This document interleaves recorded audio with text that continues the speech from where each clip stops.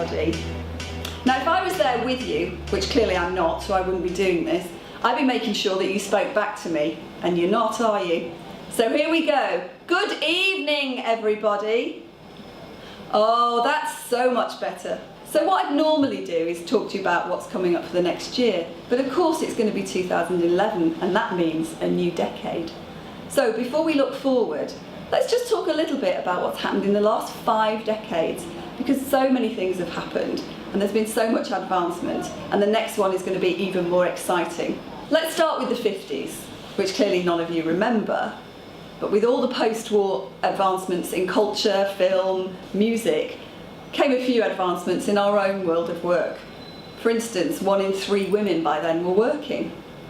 Peter Drucker wrote The Practice of Management, and the CIPD had 3,000 members. And then we come to the swinging 60s, when skirts got short and some things got longer. For instance, paid holidays were introduced, people started to look at compensation and benefits, collective bargaining, and labour relations legislation was coming thick and fast. Hertzberg started to look at motivation, as did McGregor, and people started to be interested in what made their people tick. And so to the 70s. Anybody here remember sitting on the back row of the cinema watching Saturday Night Fever for the first time? Jaws, scary stuff. 15% inflation, even scarier. But the technological revolution was beginning, and that was very, very exciting. The 80s, and just for the record, I never wore those leg warmers. Covey wrote 7 Habits. Peters was in search of excellence, and Kotter wrote about leadership. In fact, the whole world became more interested in reading about management and leadership. The computer mouse was invented, and Microsoft Windows was released on the world. In the 90s, some people were more interested in what was happening aboard the Titanic than what was happening in the world of HR. But the CIPD by now had got 75,000 members, so people were really taking all of the stuff that we all talk about now and take for granted very, very seriously. People started to talk about visions and mission and values and BHAGs. That's a big, hairy, audacious goal, by the way. Balanced scorecards and the loyalty effect. The noughties brought grave challenges across the world. But what it did do, it brought people together. And as within our organisations, we brought our people together. Because at the end of the day, this is a people business, and people are our greatest asset. So the main reason for me being here tonight is to attempt to look forward at what you can expect next year and for the next 10 years. And clearly I don't have a crystal ball, but I'm going to give you my take on it, and maybe in 10 years from now we can get together again and you can tell me if I was right or not. Generation Y, the millennials, graduates and other young people coming into the industry, they're different from the other generations. Because they've had the internet, they've grown up in an era of technology. They go on their Facebook before they make a decision.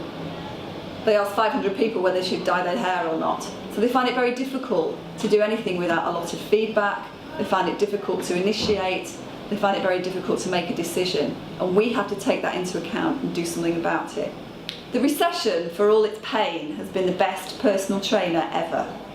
It's made people much more focused that if they're going to invest, they want something to happen as a result of it.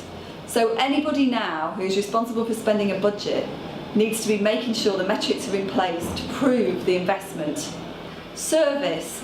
Customers still want things even faster and better and more individual and more flexibly. But in my view, service comes 3 ways. It comes good, it comes fast, and it comes cheap. But you can only have 2 of those at one time. That leads on to L&D. Metrics in L&D, if you're going to do training, make sure it really impacts the business.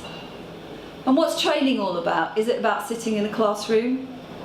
The majority of it, no. There are lots and lots of low-cost, no-cost options. I ask people all the time, do you have an in-house mentoring scheme? Very few do. It costs very little, you have to do it properly, you have to train people, but it's a great way of developing people coming up through your organisation. Lots of other ways, projects, reading, e-learning. Look at different ways to develop your people, and then invest in training the leaders and the managers, because they're the people who need it most.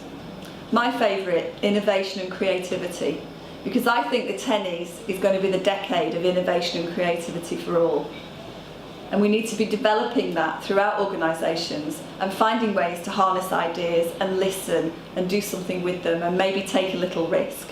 because it's the only way we're going to get competitive advantage. Because as we end this decade, almost, the old adage goes, if you do what you always did, you'll get what you always got. And 2011 is not the place for going back. By now you'll be thinking, I've had enough of her. I want to eat my dinner and find out whether I've won an award or not. But I've got just one more thing to say. As President of HR in Hospitality, I want to thank you, each and every one of you, for caring so passionately about HR and about hospitality and about all of the people that make this industry really great. I want to thank everybody who's entered the awards. I say it every year, but you are all winners. And I want to thank everybody who's made tonight a success, as it surely will be, because I've got a feeling that tonight is going to be a great, great night. Good night.